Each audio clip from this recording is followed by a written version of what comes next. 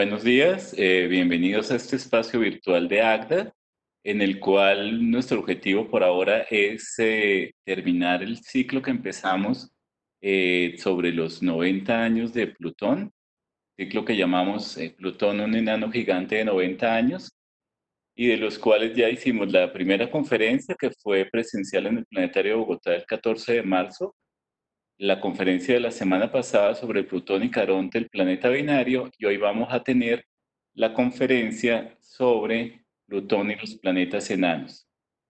Esta conferencia vamos a mirar cómo el planeta Plutón pertenece hoy en día a un grupo de planetas que se denominan planetas enanos. Vamos a volver un poquito a la historia de Plutón para ubicarnos nuevamente.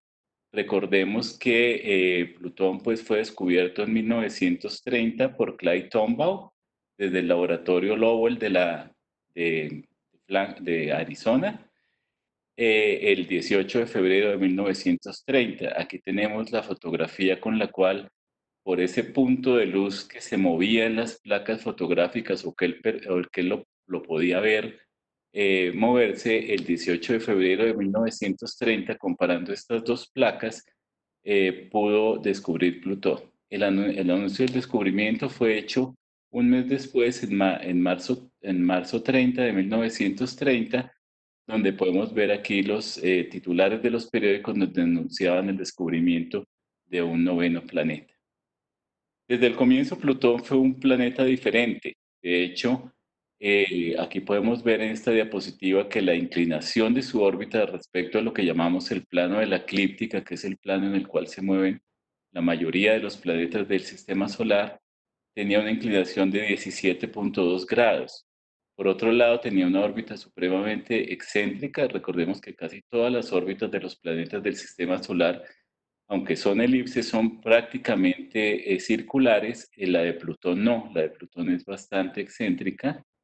Y además, pues como era el planeta más alejado, tenía un periodo orbital de 200, o tiene un periodo orbital de 248 años.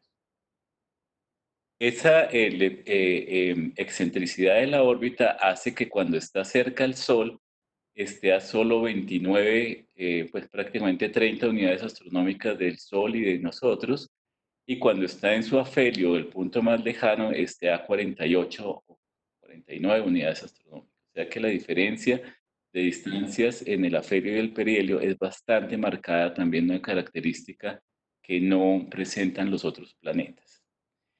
Esa, esa, mm, esta característica hace que Plutón se acercara al Sol o tuviera su perihelio en 1989. Entonces habíamos visto en la primera conferencia que hubo un periodo de tiempo entre 1979 y 1979-89 en el cual Plutón estuvo incluso más cerca del Sol que Neptuno y que además era el momento para estudiarlo. Los descubridores de Plutón o la persona que predijo el planeta o que empezó a estudiarlo, que fue Percival Lowell, predijo una masa de 7 veces la Tierra. Pero poco a poco, a medida que pasaron los años, se fue viendo que la masa de Plutón era mucho más pequeña de lo que Lowell pensó inicialmente. En esta tabla podemos ver, por ejemplo, que en 1931, o sea, un año después del descubrimiento, ya se vio que no podía ser 7 veces la Tierra, sino máximo una vez.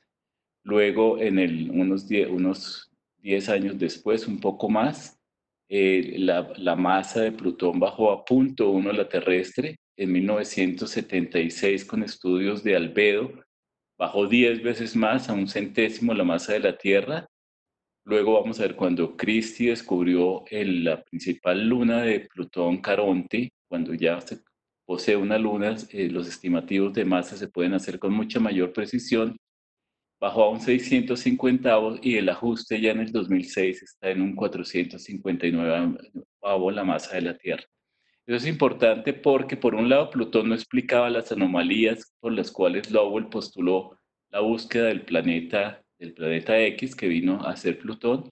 Y por otro lado, desde el comienzo, Plutón también tuvo una característica muy diferente a los otros planetas, y era un planeta que era el más pequeño de los 9. Aquí podemos ver en esta diapositiva los planetas gigantes, que son Júpiter, Saturno, Urano y Neptuno, los planetas terrestres, la Tierra, Venus, Marte y Mercurio, y Plutón ahí en esa flecha pequeñita que indica un punto muy pequeño, que es Plutón, el planeta más pequeño del sistema solar en aquel momento. Incluso en esta diapositiva podemos ver que comparado con algunas lunas del sistema solar, Plutón era más pequeño que muchas de ellas, incluso que de nuestra propia luna. Entonces, realmente Plutón desde el comienzo pues, fue un planeta bastante pequeño y de alguna forma ya estaba justificando el nombre de planeta enano que tomaría después. Esta es una diapositiva que curiosamente la usábamos hace muchos años para hablar de nuestro sistema solar, donde ustedes ven los 9 planetas, incluyendo, por supuesto, a Plutón. En 1978, desde el Observatorio Naval de los Estados Unidos, James Christie, por medio también de placas fotográficas, descubrió que Plutón tenía una luna principal llamada Caronte. Caronte en realidad es un planeta, es un satélite bastante grande respecto a Plutón, pero aquí podemos ver que de nuevo Plutón y Caronte son mucho más pequeños que la Luna y que obviamente que nuestro propio planeta, la Tierra. Y aquí hay una diapositiva donde muestra que perfectamente Plutón y Caronte cabrían en el mapa de los Estados Unidos.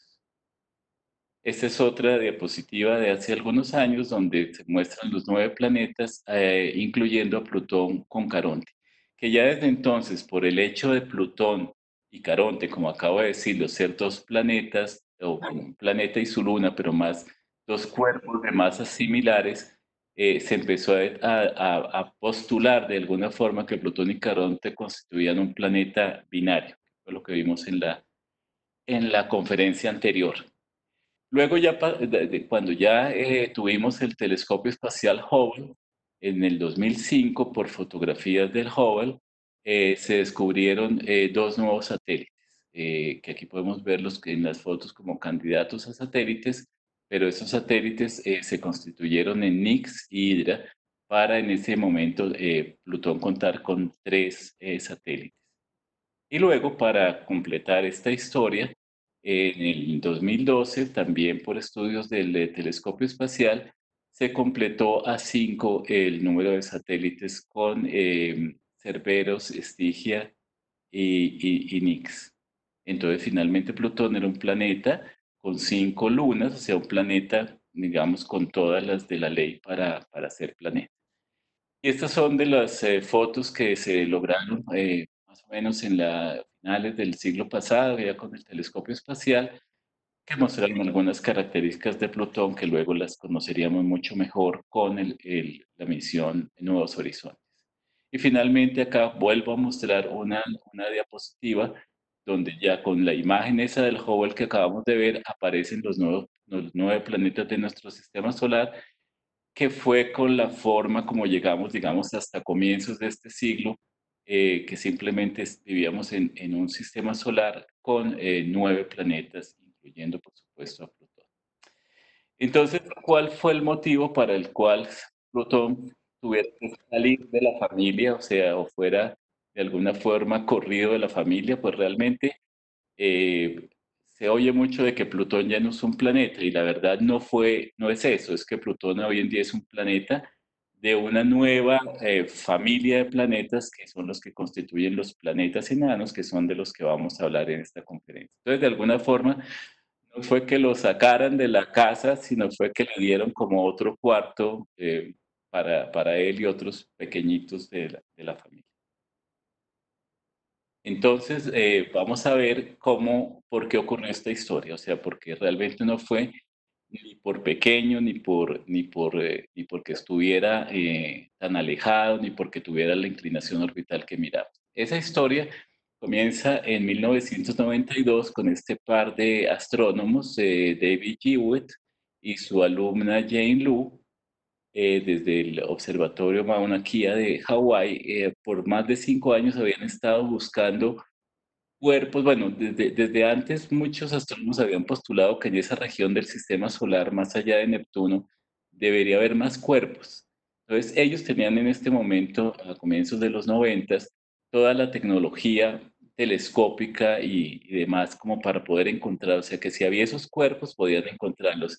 Y empezaron un trabajo parecido al que hizo Todd buscando Plutón, tratando de ver en esas placas, digamos, fotográficas, qué cuerpo, digamos, tomando placas diferentes días se podía mover, o sea, si había un punto de luz que se moviera y pudieran encontrar algo. Y realmente en 1992 se encontraron un cuerpo que lo llamaron QB1, esa es la nomenclatura del cuerpo, que luego se le dio un nombre que en este momento se me escapa, pero lo importante fue que después de Plutón, este fue el primer cuerpo que se encontró en esa zona del sistema solar donde está Plutón. Pero muy pronto después de esto, se fueron encontrando más y más lo que vinieron a llamarse objetos transneptunianos, o sea, planetas muy pequeñitos que estaban más allá de la órbita de Neptuno en esa misma región, como podemos ver aquí, más o menos unas 40 unidades astronómicas y un poco más, donde está también Plutón. Y esta búsqueda siguió y realmente estos cuerpos que se encontraron, se empezaron a encontrar antes, ya para el 2000 se tenían creo que más de 500 cuerpos encontrados en esta zona, entonces vinieron a constituir lo que se denominó el cinturón de Kuiper. Gerald Kuiper era un astrónomo que estudiaba cometas en la década de los 50 y había postulado junto con otros astrónomos, porque pues el nombre del cinturón se le dio a él, pero la idea no fue solamente de él, de que los cometas de corto periodo debían venir de una región de cuerpos helados que debía estar más allá de la órbita de Neptuno. Y por eso cuando se empezaron a descubrir estos cuerpos en esa región del sistema solar, se le dio a esta región el nombre de cinturón de Kuiper y estos cuerpos vinieron a constituir como lo que existe entre las órbitas de Marte y Júpiter, el cinturón de asteroides, solo que estos estaban más allá de la órbita de Neptuno y en lugar de ser cuerpos rocosos, eran cuerpos helados. Y este fue, digamos, el principio de la desgracia de Plutón, por llamarlo de una forma, pero realmente no vamos a ver que no fue tan así. Esos cuerpos que se llamaban objetos del cinturón de Kuiper, cada vez, como podemos ver en esta diapositiva, se fueron descubriendo cada vez más y cada vez más grandes en tamaño. Entonces, para el 2001, por ejemplo, ese que está ahí marcado como 2001 KX76, que se llama Ixion hoy en día, tenía más o menos la mitad ya del tamaño de Plutón. En el año 2003 se descubrió bueno, en el 2001 se descubrió este que vemos ahí, Quaoar, que tenía la mitad, un poco más de la mitad del tamaño de Plutón. Y en el 2003 se descubrió Sedna, un cuerpo que tenía, se acercaba de alguna forma ya al tamaño de Plutón, aunque era más pequeño. Y Sedna además era un objeto o un planeta muy singular porque se movía en una órbita supremamente excéntrica. Podemos ver en esta diapositiva, hemos hablado que la órbita de Plutón era bastante excéntrica, pues este tiene una órbita muchísimo más alargada que hace que se aleje muchísimo del Sol. Fue descubierto cuando estaba en una posición cercana al Sol. Esto mostraba que en esa región del sistema solar, aparte de Plutón, o sea, con el tiempo se empezó a ver que aparte de Plutón había otros cuerpos que podían ser también planetas como Plutón. Y aquí vemos algunas de esas órbitas, está Quaoar, está, bueno, ahí está Plutón, por supuesto, y Caronte, está Sedna, está Eris, pues una serie de cuerpos que no solo compartían con Plutón, digamos, cada vez tamaños, sino también órbitas, o sea, de alguna forma eran hermanos, por decirlo de alguna forma, de Plutón. Aquí tenemos algunos de esos, los mayores cuerpos conocidos transneptunianos, que tenemos a Plutón, a Eris, a Makemake, a Umea, Sedna, Orcus, Quaoar, Varuna. Pero realmente el problema empezó a plantearse cuando se descubrió este planeta que tenemos ahí, Eris. Eris, que fue el primero de estos cuerpos transneptunianos o objetos del cinturón de Kuiper mayor que Plutón. O sea, era un poquito más grande que Plutón y además tenía una luna. Entonces, realmente en ese momento ya se tenía que plantear o todos aquellos cuerpos del cinturón de Kuiper eran planetas igual que Plutón o todos eran objetos Kuiper. Entonces, ese fue el momento en el cual en la Asamblea General de la Unión Astronómica Internacional, que se reunió en Praga en el 2006, se hizo la propuesta de cambiar la definición de planeta. O sea, se plantearon dos definiciones: planeta, digamos, verdadero y planeta enano. Y se sometió a votación. Aquí tenemos algunos de los astrónomos que eran hinchas de que Plutón siguiera siendo planeta. La astrónoma acá, que creo que es Jocelyn Bell, tiene el perrito Pluto en su mano, representando la protección que querían darle de alguna forma a Plutón. Esencialmente la propuesta era la siguiente: o sea, para hacer un planeta hay que orbitar el Sol directamente, o sea, estar en órbita alrededor del Sol, que eso pues lo están todos. Tener una masa lo suficientemente grande para que la gravedad haga al cuerpo esférico. Eso también lo cumplían muchos, pero ella, digamos, se eliminaba lo que fueran cometas, lo que fueran asteroides, que obviamente orbitan el Sol, pero no tienen masa suficiente para haber adquirido por la gravedad una forma esférica. Y la última condición, que fue la que realmente sacó a Plutón en este momento de ser un planeta como los otros 8, fue que hubiera barrido completamente otros cuerpos de su órbita. Entonces, exactamente la definición con planeta enano, las dos primeras son la misma, pero los planetas que se denominaron desde entonces planetas enanos eran planetas que no habían barrido otros cuerpos de su órbita. Como ya lo vimos, como Plutón compartía su órbita con estos otros planetas pequeños y con los cuerpos Kuiper, entonces dejó de ser un planeta y se convirtió en un planeta enano. Entonces, esa fue la determinación de la Asamblea de la Unión Astronómica Internacional del 2006. Ganó la votación de definir esta nueva nomenclatura de planeta enano, y entonces, por supuesto, Plutón pasó a ser planeta enano. Eris, el cuerpo que lo desbancó de alguna forma, o sea, este planeta que vimos que fue descubierto que tiene una masa mayor que él, también pasó a ser un planeta enano. Y Ceres, que hasta ese momento había sido el mayor de los asteroides y que estaba, por supuesto, en el cinturón entre las órbitas de Marte y Júpiter, que cumplía esta condición, o sea, orbitaba el Sol, era lo suficientemente grande para ser esférico, y, pero no tenía una órbita sola, sino que lo compartía con los otros asteroides. Se constituyó desde aquel momento en un planeta enano. Entonces, en ese momento quedaron definidos tres planetas enanos.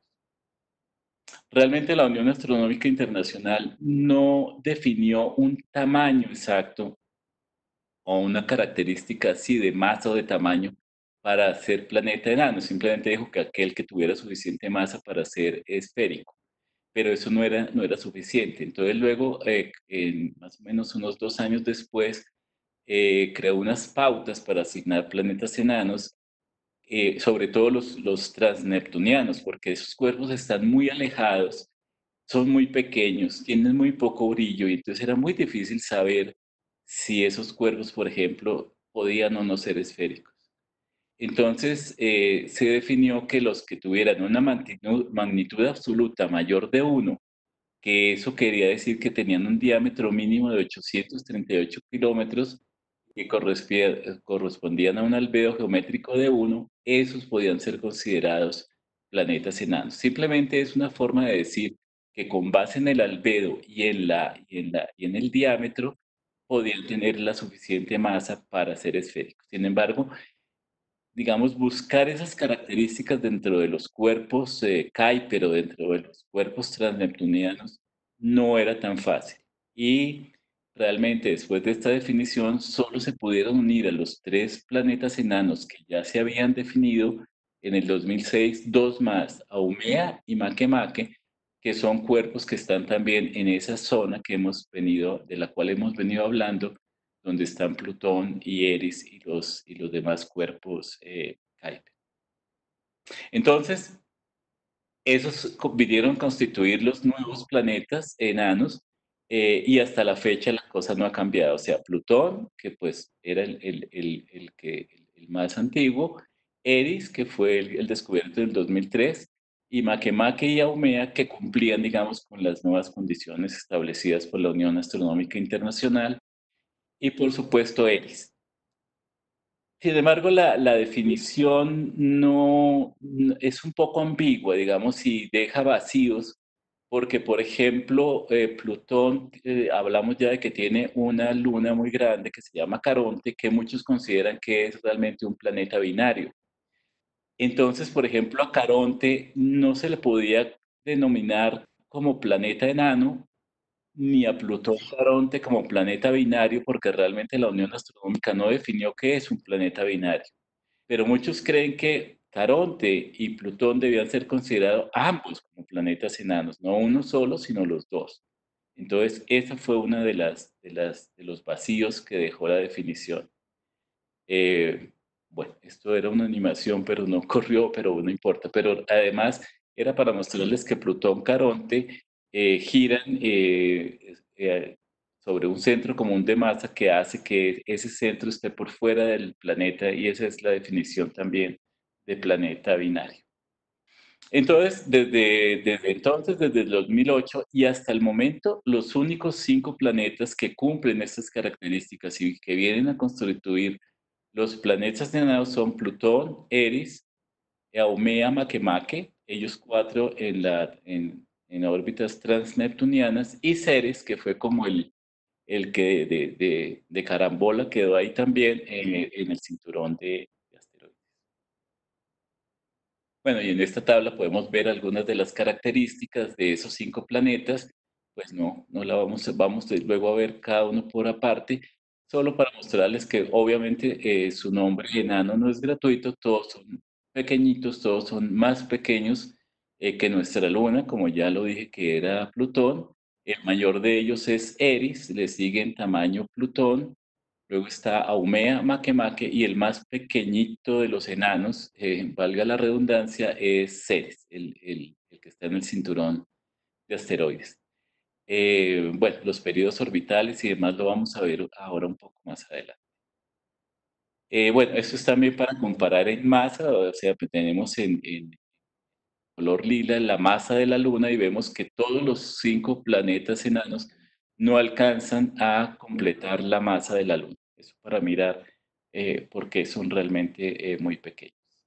Ahora, en cuanto a órbitas, pues vemos que ahí está Neptuno y todos los otros 8 planetas que tienen órbitas coplanares con la de la Tierra, pues lo que se llama el plano de la eclíptica.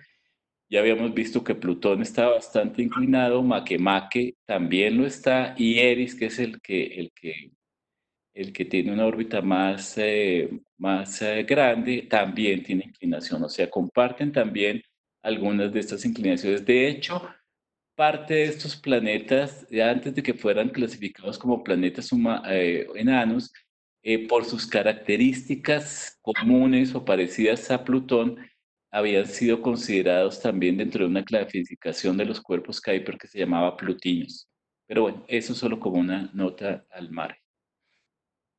Pero bueno, había otros planetas, también plutinos, que podían ser también planetas enanos, como Quaoar, como Ixión, como Varuna, como Orcus. O sea, esto simplemente para mostrar que en esa región del sistema solar, aunque hoy en día solo están definidos 4 planetas enanos, muchos de estos otros cuerpos podrían considerarse también de este grupo de planetas, pero infortunadamente no tenemos la suficiente evidencia para que cumplan con la condición de masa, albedo y demás que los caracterizaría como cuerpos que la gravedad los haya hecho tengan suficiente masa para que la gravedad los haya hecho esféricos. Entonces han quedado ahí como un poco en el limbo y no se han sumado a la lista, que eso también es una falla de alguna forma de esta definición nueva que tenemos desde el 2006. Y realmente la idea, de alguna forma, era que podíamos haber pasado de un sistema solar con 9 planetas a un sistema solar con un planeta un planeta enano en el cinturón de Kuiper y por lo menos 50 planetas en la parte exterior en el cinturón de Kuiper. Pero como ya lo mostramos, hasta el momento solo tenemos 4 definidos como planetas enanos, aunque en realidad ya existen mucho más cuerpos que podían perfectamente asumir el nombre de planetas enanos y sumarse a esta lista de 5. Bueno, ya habíamos, pues no voy a volver a las características de Plutón porque en las otras conferencias ya las habíamos visto, pero sí quisiera enfatizar en que lo que hemos visto en las otras conferencias es que Plutón, sobre todo pues después de que la misión Nuevo Horizontes lo estudió, ha mostrado ser un planeta muy interesante con una serie de accidentes geográficos, de geología, de características que para un planeta tan pequeño son bastante sorprendentes, como lo vimos en la conferencia del sábado pasado. Entonces, aquí podemos ver, por ejemplo, que también lo vimos ya, o se vio en la otra conferencia, que ya tenemos definidos ciertos terrenos en Plutón, ciertas zonas geográficas. Vimos en la conferencia pasada que hay zonas en las cuales hay actividad geológica actual. Se cree que incluso puede haber convección en el interior de Plutón, etcétera.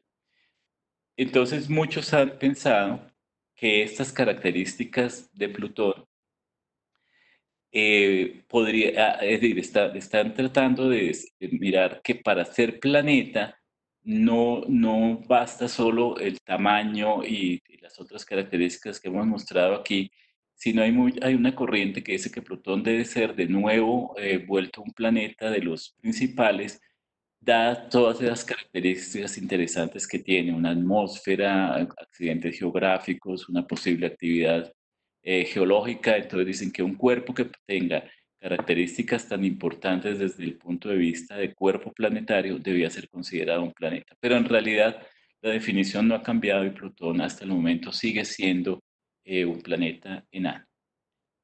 Bueno, vamos a revisar los otros planetas enanos. Vamos a empezar por Ceres, que es el otro que conocemos relativamente bien porque está muy cerca a nosotros, o es más cerca de Plutón, y además porque ha sido estudiado. Remontándonos a la historia, que también la vimos en la primera conferencia, el descubrimiento de Ceres se hizo en 1801. De hecho, pues sería el más antiguo de los planetas enanos hoy en día. Y se hizo justamente porque, como habíamos hablado, la ley de Titius-Bode, que era una ley que mostraba que los planetas llevaban como cierta secuencia matemática en sus distancias al Sol, predecía de alguna forma que entre las órbitas de Marte y Júpiter debía existir un planeta. Y entonces este astrónomo alemán Franz Xaver von Zach en 1800 creó un grupo de astrónomos para buscar ese planeta. Y realmente lo buscaban como buscando a un delincuente, y por eso se les denominó la Policía Celeste. Ellos empezaron su trabajo en 1800 y en 1801 un astrónomo italiano, Giuseppe Piazzi, en Sicilia, en Palermo, el 1 de enero de 1801, o sea, el primer día del siglo XIX, encontró a Ceres. Curiosamente, Giuseppe Piazzi no era miembro de la Policía Celeste y realmente creo que la carta en que lo invitaban a participar en la búsqueda del planeta le llegó cuando ya lo había descubierto o unos días después de que lo descubrió. Entonces, en ese momento, en 1801, Ceres vino a constituirse en un nuevo planeta. Sin embargo, muy pronto, igual que lo que pasó un poco con Plutón en la década de los 90, muy pronto en esa zona del sistema solar empezaron a descubrir otros cuerpos, en 1802 a Palas, en 1804 a Juno, en 1807 a Vesta, y muy pronto, antes de 1850, lo que se vio es que en esa zona donde se descubrió Ceres y otros cuerpos, lo que existía era un cinturón de cuerpos y estos cuerpos vinieron a constituirse en el cinturón de asteroides que conocemos hoy en día. Simplemente que Ceres era el mayor de los asteroides y por eso fue el primero que se descubrió. Pero Ceres, podemos verlo en esta diapositiva, si hubiera sido un planeta en ese momento, pues habría sido un planeta muy pequeño. Y por eso también hoy en día, pues él dio toda la vuelta. Empezó como un asteroide, como un planeta, se volvió un asteroide y luego en el 2006 volvió a ser un planeta enano. Simplemente en esta diapositiva para mostrarles lo pequeño que es si lo comparamos con los tamaños de la Luna, de la Tierra, de Mercurio y de Marte. Hasta el 2015 lo único que teníamos era fotos de la nave, del telescopio espacial que mostraban simplemente cambios en albedo en la superficie de Ceres que evidenciaban que debía tener algunas zonas más oscuras y otras zonas más claras. Y realmente fue gracias a esta nave, a esta sonda de exploración, la sonda Dawn, que estudió Vesta, o otro de los asteroides, y Ceres, una misión que iba a estos dos cuerpos del cinturón de asteroides. Esa nave partió de la Tierra en el 2007, pasó cerca a Marte y luego fue impulsada por Marte hacia Vesta primero y luego hacia Ceres. Y llegó bueno, llamémoslo planeta, porque es un planeta enano, al planeta Ceres. Lo que pasa es que ahora voy a decirles que también hay una discusión al respecto. El 2 de marzo del 2015 para hacer el estudio de este planeta enano. Y estas son ya fotos que tenemos de esta misión Dawn, que muestra ya un planeta con algunas craterizaciones, con otras zonas menos craterizadas. También parecido a lo que pasó con Plutón para ser un planeta o un cuerpo tan pequeño, fue sorprendente que se encontraron algunos rasgos muy interesantes desde el punto de vista geológico que no se esperaban en un cuerpo tan pequeño como este. Por ejemplo, esto que vemos ahí, un cráter donde podemos ver unos picos o unas características mucho más brillantes en el fondo del cráter que fueron sorprendentes. Realmente no se había visto ese cráter se llama Ocator y esas manchas blancas que incluso en esa época algunos que especulaban, decían que podían ser bases extraterrestres, pero no, no hay tales bases extraterrestres. Simplemente después de estudiarlo se vio que son flujos de material que vinieron desde el interior del planeta porque posiblemente se cree que haya sustancias, por ejemplo, como una salmuera, puede ser agua incluso, con contenido alto de sal que surgió en algún momento del interior al solidificar quedan estos depósitos salinos. Esos depósitos salinos están constituidos más que todo por sulfato de magnesio, carbonato de sodio y en algunos otros puntos, porque vamos a ver que no solo dentro de este cráter se encontraron los puntos brillantes en Ceres por arcillas ricas en amonio. Bueno, aquí tenemos otra característica, esto es un monte, el monte Auma, donde también podemos ver que por las laderas de esta montaña están esas características blancas. Esto se cree que pueden tener esas mismas compuestos que vinieron de flujos del interior del planeta y que esta montaña simplemente es un criovolcán, o sea, volcanes que desde el interior expulsan no lava como le haría un planeta como la Tierra o como Venus o como Marte, sino que expulsa material que viene como su nombre lo dice, criovolcanismo, material congelado que en algún momento se funde, surge por el volcán y luego vuelve a solidificar sobre las laderas de este tipo de montañas.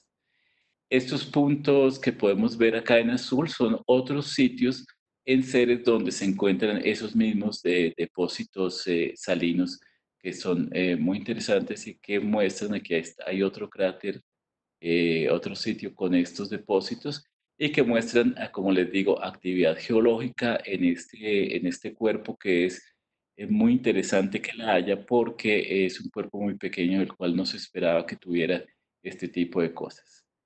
Aquí también tenemos algunos de los puntos en los cuales se encontraron estos fenómenos de eyecciones de brillantes o de diferentes actividades en este planeta enano.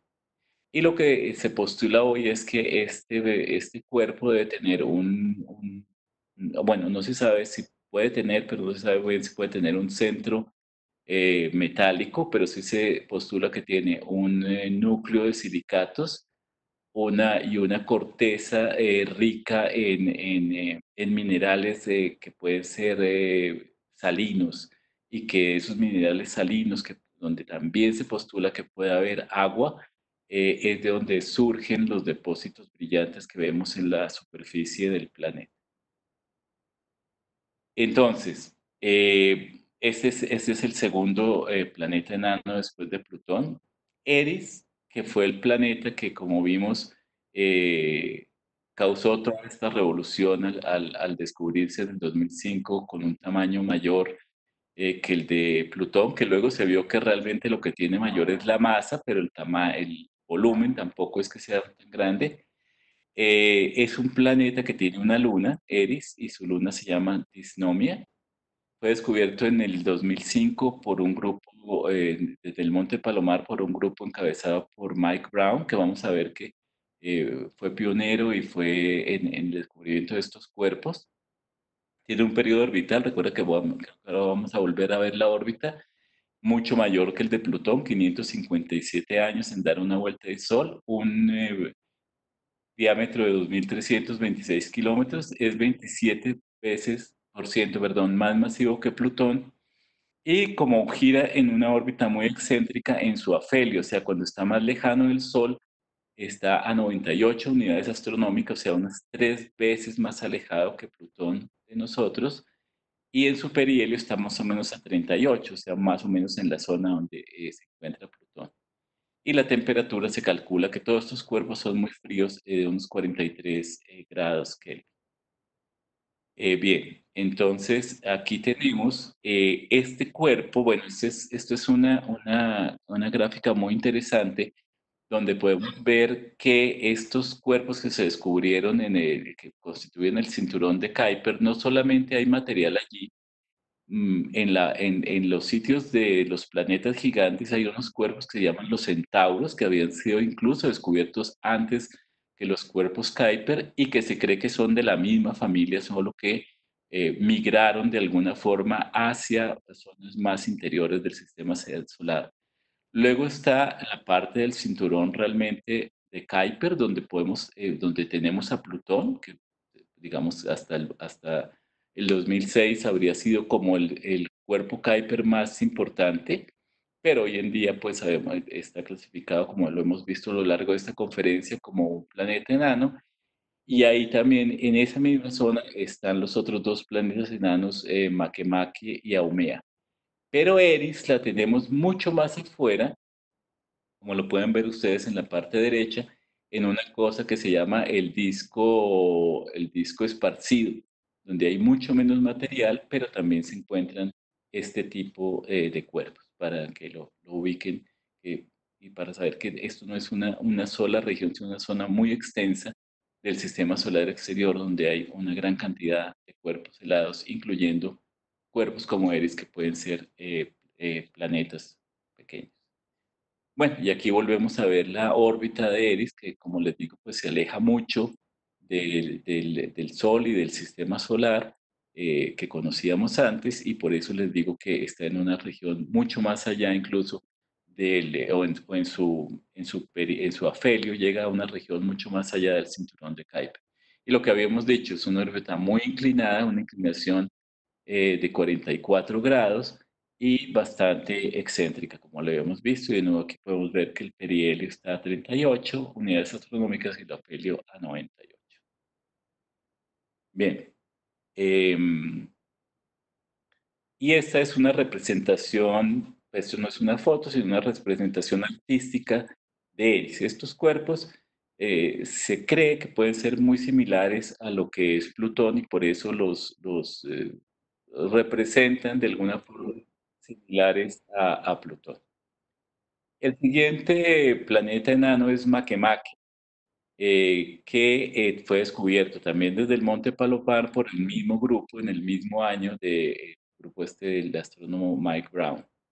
Está en una órbita mucho más cercana, entonces su periodo orbital es de 306 años, más pequeñito, aunque Plutón y que Eris, 1420 kilómetros de diámetro, una órbita excéntrica que hace que su afelio esté a 53 unidades astronómicas y su perihelio 38, y en el 2015 encontraron una luna, lo cual le da aún más características de planeta, y lo mismo que vimos en el caso anterior, las temperaturas se postulan en 40 o alrededor de 40 grados Kelvin.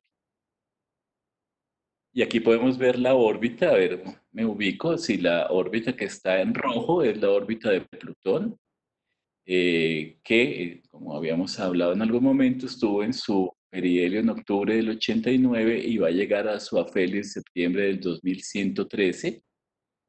La órbita del planeta que estamos hablando ahora de Makemake es la que está en azul, que como vemos es un poco más excéntrica, entonces él está en su perihelio en febrero, estuvo en su perihelio en febrero del 91 y va a estar en su afelio, perdón, y en su perihelio en octubre del 2133. Y el otro, el que está en verde, es el otro planeta enano que vamos a ver a continuación, Haumea, que como vemos también está en esa misma región, también es excéntrico, como les dije ya, comparten muchas características. Bueno, y esto es bien interesante porque esto es ese puntico ahí que ven en la parte derecha con las flechitas rojas, es una imagen de Makemake tomada por la nave Nuevos Horizontes cuando iba rumbo a Plutón. Puedo obtener una foto de este planeta enano.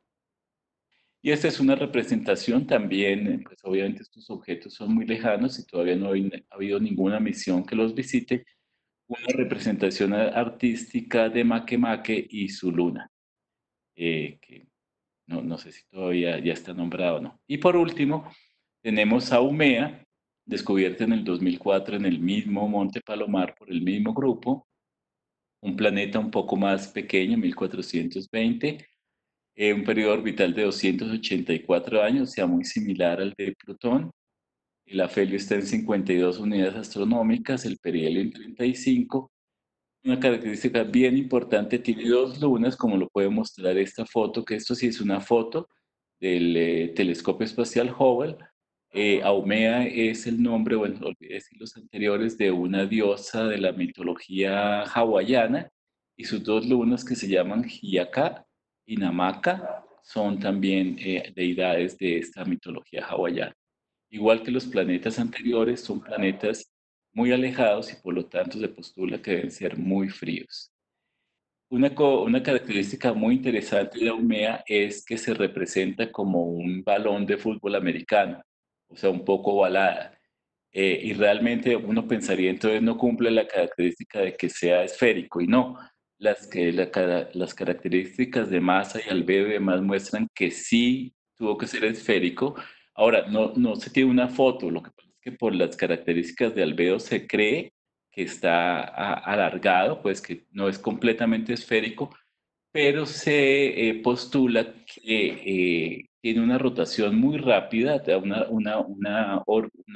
giro sobre sí mismo en 4 horas, y se ha postulado que esa rotación rápida fue lo que causó su deformación y por eso la vemos como un balón de fútbol americano, que es una característica bien interesante de este planeta enano. Aquí lo tenemos.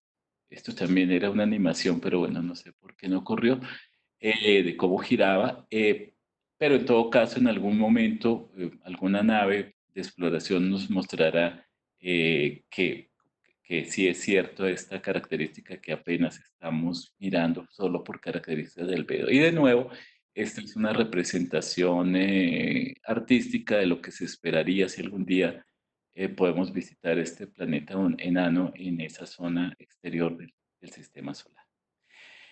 Entonces, ya para concluir, vemos que entonces los 5 planetas enanos del sistema solar son, pues, Plutón, que era el que veníamos hablando, Eris, que fue de alguna forma el que lo desbancó, Makemake y Haumea en esta misma zona exterior del sistema solar, y Ceres, que pues fue el que le tocó el honor de volverse planeta enano desde el 2006 y que está en el cinturón de asteroides.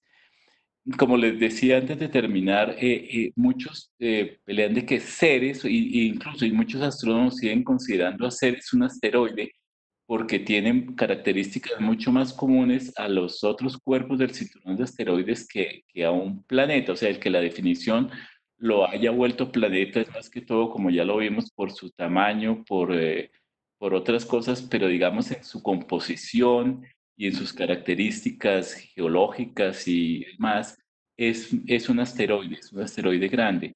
Entonces, también esa es otra, digamos, discusión que hay respecto a qué tan válido es la definición de planetas enanos, y yo personalmente creo que en algún momento va a tener que cambiar la Unión Astronómica Internacional y redefinir otra cosa.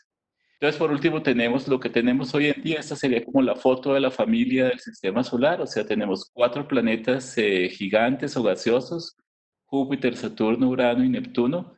4 planetas terrestres, que son Mercurio, Venus, la Tierra y Marte. Y 5 planetas enanos, que son los que acabamos de ver: Plutón, Ceres, Haumea, Makemake y Eris.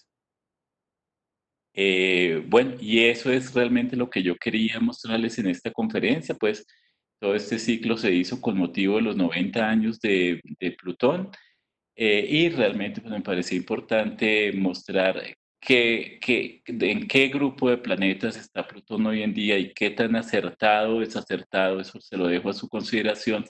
Puede ser que hoy en día Plutón sea un planeta enano que comparte este honor con estos otros 4 cuerpos de los cuales hablé en esta conferencia. Entonces, pues ahí los dejo. Y bueno, simplemente a nombre de la Asociación Colombiana de Estudios Astronómicos, les agradezco su atención en este día. Vamos a tener un Facebook Live a continuación para que quien quiera hacer preguntas lo puede hacer como si estuviéramos presencialmente. Con esto cerraríamos el ciclo sobre Plutón, un enano gigante de 90 años. Y seguiremos con ustedes en otras conferencias, y volveremos al planetario, a nuestro espacio habitual, cuando las circunstancias cambien y podamos volver a estar con ustedes presencialmente. Muchas gracias por su atención y hasta una próxima ocasión. Gracias.